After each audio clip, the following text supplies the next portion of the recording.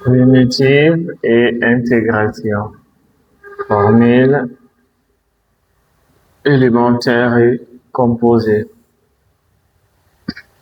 Nous sommes avec la formule 15, primitive de U dérivée sur U.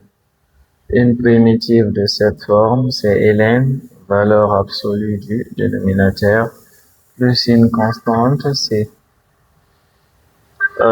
Si vous avez un quotient, vous pouvez dériver le dénominateur pour voir si ça va vous donner le numérateur. Ici, le dénominateur, c'est x, ln de x. On va dériver ça pour voir si on peut obtenir le numérateur. C'est un produit.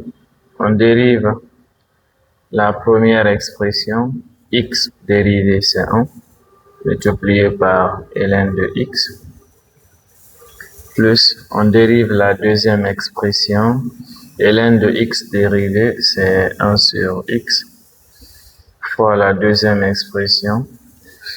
Le x se simplifie, on a ln de x plus 1.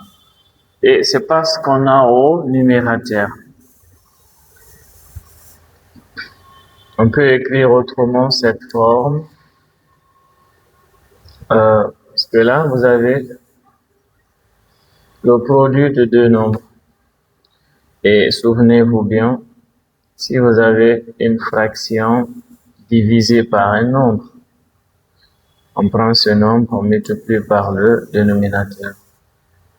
Si vous avez une fraction divisée par un nombre, on prend ce nombre, on multiplie par le dénominateur. Donc, on a A divisé par B fois C. Alors, comme c'est le produit, c'est-à-dire l'un des nombres peut se retrouver au numérateur. On peut écrire 1 sur, si on veut, 1 sur x, le tout sur ln de x, ou bien 1 sur ln de x, le tout sur x. Alors, on prend 1 sur x, le tout divisé par ln de x, multiplié par dx.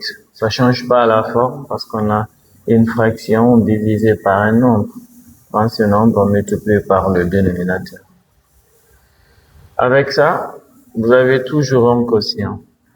Maintenant, si vous dérivez le dénominateur qui est ln de x, ln de x dérivé, c'est 1 sur x. Et 1 sur x là, c'est ce qu'on retrouve au numérateur. F égale primitive de. À la place de 1 sur x, on met ln de x dérivé sur ln de x multiplié par dx. F égale. On a la forme u dérivée sur u.